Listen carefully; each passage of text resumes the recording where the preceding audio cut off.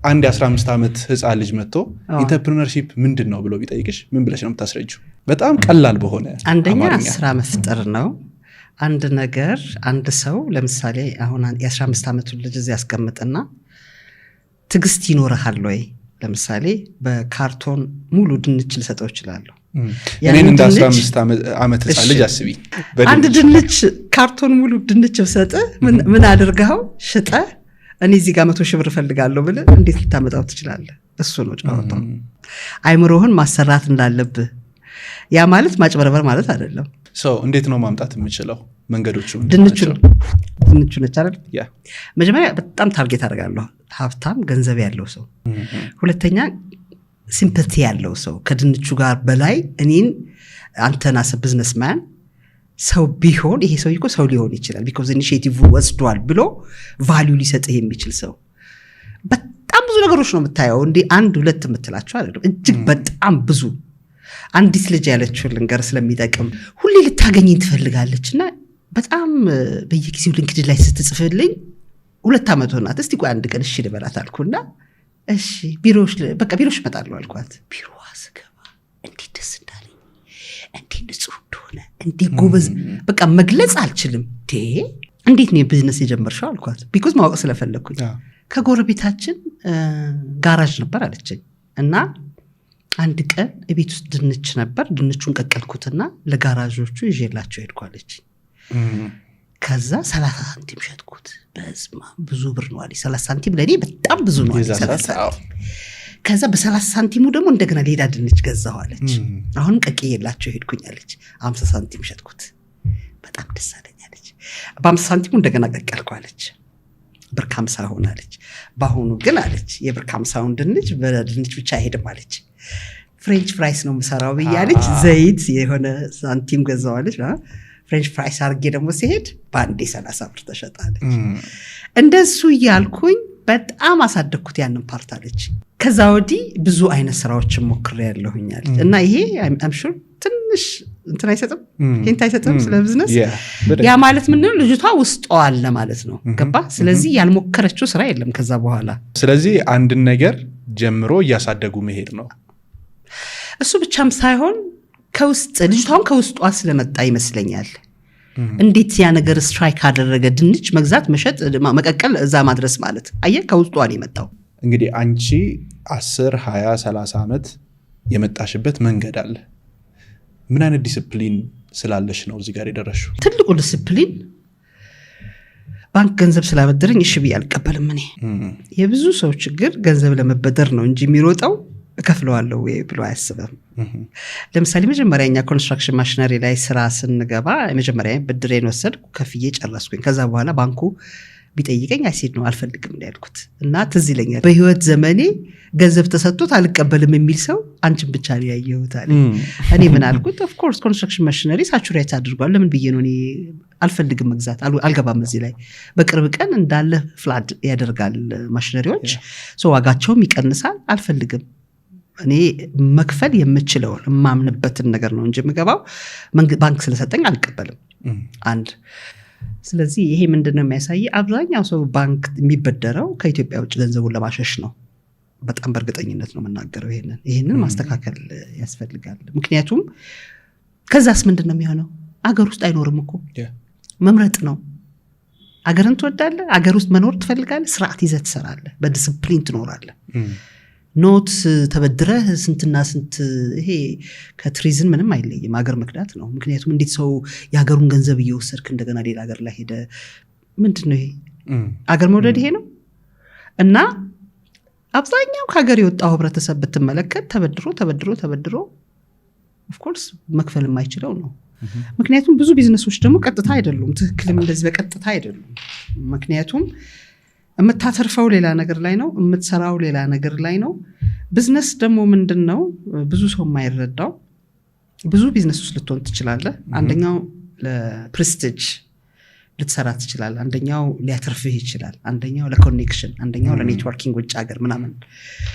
አየህ እውነተኛ ቢዝነስ ለዓለም ላይ የሚገባው ሰው ይሄ ሚስጥር አያውቅም። እንዴት ይገባዋል?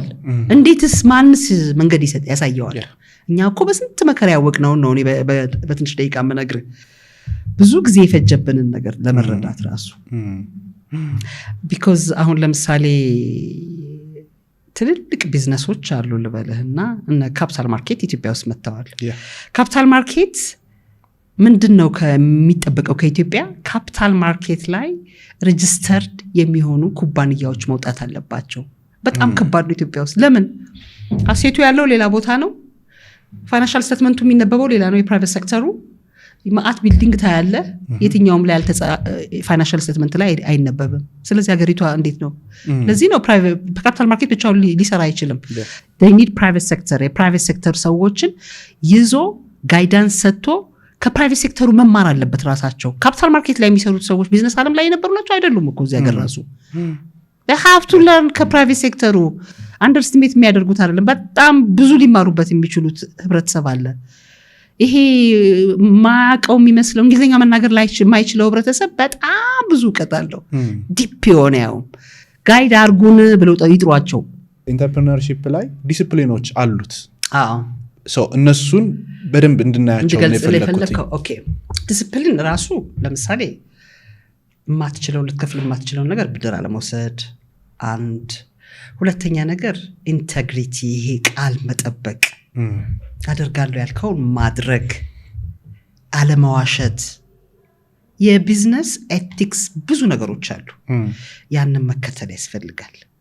ብዙ ሰው ሂት ኤንድ ረን ነገር ነው ቢዝነስ ለመስራት የሚፈልገውና እሱም ፓርት በጣም መጠንቀቅ ያስፈልጋል። ለምን? ረጅም ርቀት ለመጓዝ ኤንዱራንስ ያስፈልጋል። የሰው ልጅ መቆየት መቻል ቢዝነስ ዓለም ላይ ረጋ ብሎ ቀስ ብሎ ለመሄድ በጣም በዲሲፕሊን መሄድ ይጠይቃል። መስመርህን ከሳትክ አገርህንም ነው ይዛሃት የምትወርደው አንተም ብቻ አይደለም። እና ኤክስትሪምሊ ዲሲፕሊን መሆን የሚያስፈልገው ለምንድነው? ረጅም ርቀት ለመሄድ ለቤተሰብ የሚተርፍ ኢንስቲትዩሽን ለመፍጠር። ሁለተኛ ፖለቲካው በተቀያየረ ቁጥር ቢዝነስ ኮሚኒቲው በጣም በጥንካሬ መቆም እንዲችል ሁሉ ጊዜ ሲሰራ ልክ መጀመሪያ ቢዝነስ እንደከፈተ ነው መስራት ያለበት። በጨዋነት በዲሲፕሊን ሽሮ መብላት ካለበት ሁሌ ሽሮውን እየበላ አንገቱን አቀርቅሮ። አብዛኛው ትልልቅ ቢዝነስ ሰዎች እንደዛ ናቸው። that's why survive ያደረጉት እዚህ ሀገር ላይ ለምን ቆዩ? including myself በጨዋነት በዲሲፕሊን ስለምንሄድ ነው። አነሳ የነበረውንም ነገር በዚሁ ነካሽልኝ። አብሶ ከብድር ጋር በተያያዘ ብዙ ሰው ለምን መበደር እንዳለበት አያውቅም። እጁ ላይ ገንዘብ እጥረት ስላለ ብቻ ያንን ነገር ይቀበላል። አብሶ ቢዝነስ ላይ ያለ ሰው ያንን ነገር እንዴት ነው ማኔጅ ማድረግ ያለበት? ኦኬ እውነት ለመናገር በጣም የቢዝነስ ሰው ሆነ ፍላጎት ካለ ፍቅር ካለ ለቢዝነስ ሁልጊዜ ሰክሰስፉል የሚሆኑ ሰዎች ኮፒ የሚያደርጉ ናቸው ከፈጣሪው በላይ። ለምሳሌ ፔመንት ጌትዌይ ኢትዮጵያ ውስጥ ሲመጣ መጀመሪያ የሰራው ማን ነው? ከዛ በኋላ ግን ኮፒ ያደረጉት ሰዎች ጥሩ መሄድ ይችላል። ሪል ስቴት ሲመጣ ማን ነበር ፓዮኒሩ? እነ አያት ሪል ስቴቶች ናቸው። ዛሬ ግን ሌሎቹ ናቸው ሰክሰስፉል ሆነው እየሰሩ ያሉት። ምክንያቱም እሳቸው ለመካከለኛ ኑሮ ለሚኖረው ሰው ነው ፎከስ ያደረጉት። ሌላው ደግሞ ይመጣና ለሀብታም ፎከስ ያደርጋል።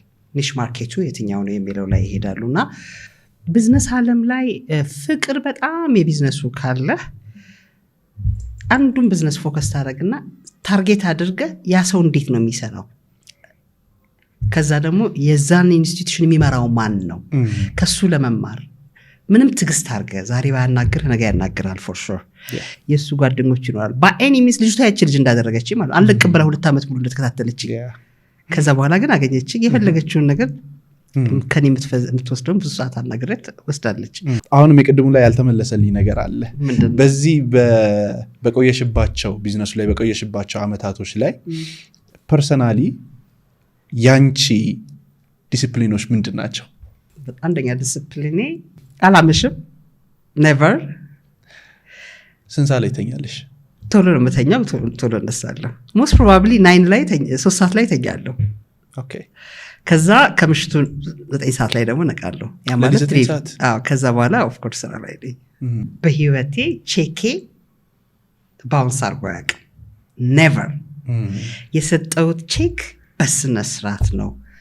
በምንም ተአምር ገንዘብ ሳይኖረኝ ቼክ አልሰጥም። ኔቨር ማለት ነው። እሱ ትልቅ ስም ባንኮች ጋር ያሰጠኝ አይደለም። አሁን መስለት ነው ትልቅ ኮመርሻል ባንክ ደውሎልኝ ነይና 150 ሚሊዮን ብር ወስጂ ተባልኩ። አይ ሴድ ኖ አልወስድም። አም ኖት ሬዲ። ለምንድነው I'm not ready? የምጠብቃቸው ነገሮች አሉ መሆን አለባቸው ብዬ የማስበውና ቆይ let me be ready። ያ ማለት ምንድነው? ዝም ብሎ ቢዝነስ ለመስራት አይደለም እኔ የምሰራው። ዝም ብሎ በቃ somebody ስለሰራ እኔ የምሰጠው ቫልዩ አለ። ለኔ ቫልዩ ብር መስራት ብቻ አይደለም።